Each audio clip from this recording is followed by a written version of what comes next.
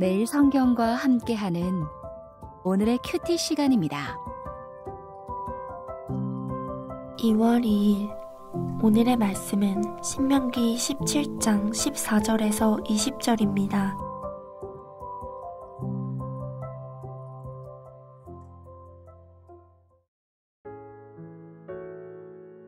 내가 내 하나님 여호와께서 내게 주시는 땅에 이르러 그 땅을 차지하고 거주할 때에 만일 우리도 우리 주위의 모든 민족들 같이 우리 위에 왕을 세워야겠다는 생각이 나거든 반드시 내 하나님 여호와께서 택하신 자를 내 위에 왕으로 세울 것이며 내 위에 왕을 세우려면 내 형제 중에서 한 사람을 할 것이요 내 형제 아닌 타국인을 내 위에 세우지 말 것이며 그는 병마를 많이 두지 말 것이요 병마를 많이 얻으려고 그 백성을 애굽으로 돌아가게 하지 말 것이니 이는 여호와께서 너희에게 이르시기를 너희가 이후에는 그 길로 다시 돌아가지 말 것이라 하였음이며 그에게 아내를 많이 두어 그의 마음이 미혹되게 하지 말 것이며 자기를 위하여 은금을 많이 쌓지 말 것이니라. 그가 왕위에 오르거든 이 율법서의 등사본을 레위 사람 제사장 앞에서 책에 기록하여 평생에 자기 옆에 두고 읽어 그의 하나님 여호와 경외하기를 배우며 이 율법의 모든 말과 이 규례를 지켜 행할 것이라. 그리하면 그의 마음이 그의 형제 위에 교만하지 아니하고 이 명령에서 떠나 좌로나 우로나 치우치지 아니하리니 이스라엘 중에서 그와 그의 자손이 왕위에 있는 날이 장구하리라. 2월 2일 금요일 오늘 우리가 함께 묵상할 말씀은 신명기 17장 14절에서 20절 말씀입니다. 어제 말씀부터 우리는 공직자와 관련된 말씀을 묵상하고 있습니다. 오늘은 왕에 대한 말씀입니다. 어제 말씀드렸듯 왕이 먼저 나오는 게 순서에 맞을 것 같은데 재판관 뒤에 나오는 이유가 무엇일까요? 오늘 말씀에서 그 답이 나타나는데요. 결론적으로 말하면 왕 역시 하나님의 거룩과 공의를 따라야 하는 하나님의 백성이기 때문입니다. 오늘 본문은 크게 세 부분으로 나뉘어져 있습니다. 14절부터 15절까지는 왕의 자격, 16절부터 17절까지는 왕이 하지 말아야 할 것, 18절 이후부터는 왕이 해야 할 의무에 대한 말씀입니다. 왕의 자격과 금기와 의무는 나오는데 왕의 특권 같은 부분은 나타나지 않고 있는 것도 주목할 부분입니다. 자, 그럼 좀 더 자세히 살펴보겠습니다. 14절에 보면 여호와께서 내게 주시는 땅에 이르러 그 땅을 차지하고 거주할 때를 언급하며 말씀이 주어집니다. 이는 가나안 정복과 정착이 확실하다는 사실을 거듭 확인시켜주는 것이고 또 다른 한편으로는 가나안 토착민들이나 주변 민족들의 영향을 받을 수 있다는 현실적인 부분 또한 거듭 고려하며 예방을 해주는 듯 보입니다. 신앙생활 너무 쉽게 만만하게 생각해서는 안 됩니다. 말씀을 덮어두거나 세상에 눈 감고 신앙생활하면 사고 나기 십상입니다.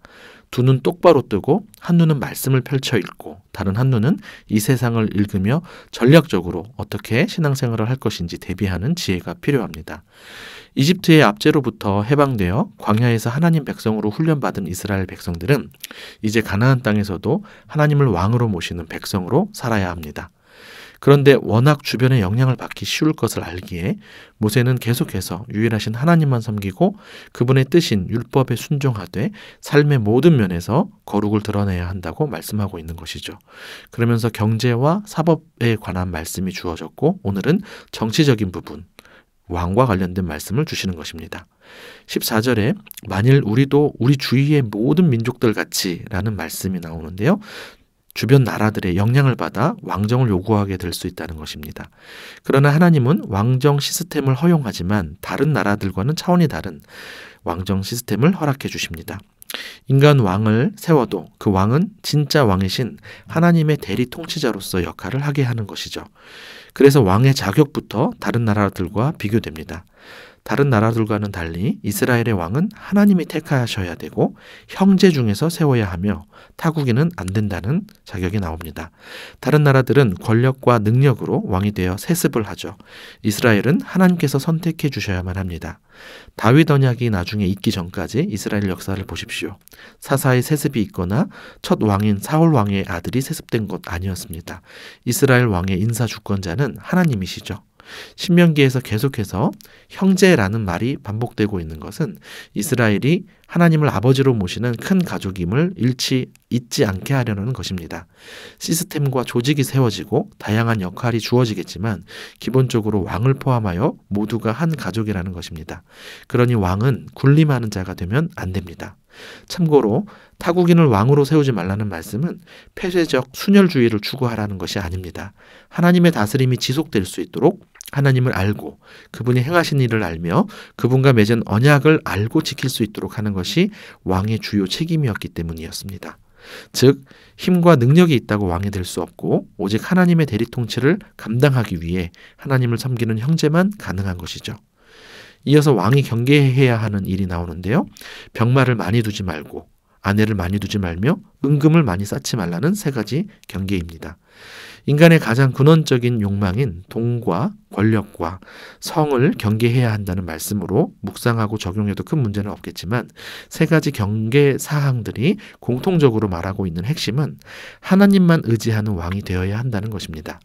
병마를 많이 두는 것은 군사적인 힘과 관련하고 아내를 많이 두는 것은 외부적으로는 다른 나라와의 관계를 강화하는 외교적 힘과 관련합니다. 내부적으로는 지방 귀족과의 혈연 관계를 맺어 정치적 힘을 확장하는 것과 관련하죠. 은금은 경제적인 힘과 관련합니다. 하나님께서 이것들을 금하신 이유가 무엇일까요?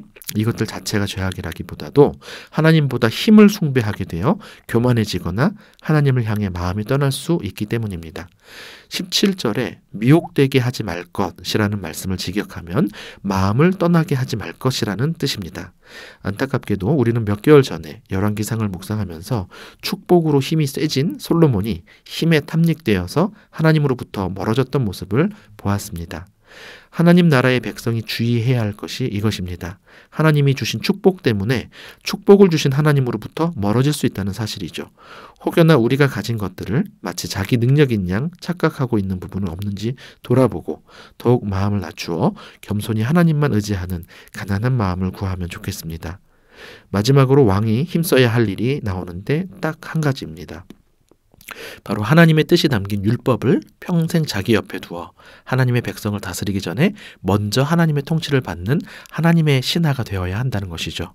동사 하나하나가 다 중요합니다. 18절에 기록하는 것, 19절에 옆에 두는 것, 읽는 것, 여호와 경외하기를 배우는 것, 율법을 지켜 행하는 것. 하나님의 말씀을 물리적으로나 정신적으로나 늘 가까이 하며 하나님 경외하는 삶을 사는 말씀 묵상과 비슷한 것 같습니다. 그렇게 할 때 왕은 형제 위에 교만하지 않게 되고 말씀에서 떠나 좌로나 우로나 치우치지 아니하여 왕조가 장구히 지속될 것이라고 말씀합니다. 왕의 자격이나 왕정의 존속 모두 자신의 힘과 능력이 아니라 하나님을 섬기는 태도가 좌우한다는 사실을 꼭 기억하시길 바랍니다. 오늘날은 왕정시대는 아니지만 하나님께서 여러분 모두를 각각의 공동체 가운데 영적인 리더로 세우신 부분이 있을 것입니다. 군림하지 마시고 차별하지 마시고 형제로 대하십시오. 하나님만 의지하며 하나님 말씀대로 행하며 여러분이 속한 공동체가 하나님을 경외하는 공동체로 존속할 수 있도록 하나님의 대리 통치자가 되어주십시오. 기도하겠습니다. 우리의 참 왕이신 하나님 아버지, 하나님의 다스림을 받는 제사장 나라로 이스라엘을 선택하시고 애굽에서 구원하시며 광야에서 훈련시켜 주시고 가나안에 들어가기 전 세심하게 여러 영역에서 대비할 수 있도록 인도하시는 과정을 보니 하나님의 진심을 더 크게 느끼게 됩니다. 하나님은 답을 알고 계시고 무엇이 생명이고 무엇이 힘이며 무엇이 안전인지 다 아시는데 자꾸 우리는 눈에 보이는 다른 것들에 마음이 뺏겨 하나님을 의지하지 않고 하나님을 잊고 교만하게 살아가게 될 때가 많은 것 같습니다. 이렇게 되면 안 된다라는 깨달음을 넘어서 절실함 가운데 다시금 하나님만 의지하고 하나님 말씀만 의지하여 하나님 나라의 복이 통로가 되도록 인도해 주옵소서. 먼저 하나님의 다스림을 잘 받게 하셔서 우리가 있는 곳과 가는 곳마다 하나님 나라가 임하는 복을 많이 누리는 한 해가 되게 하여 주옵소서. 예수님의 이름으로 기도드립니다. 아멘.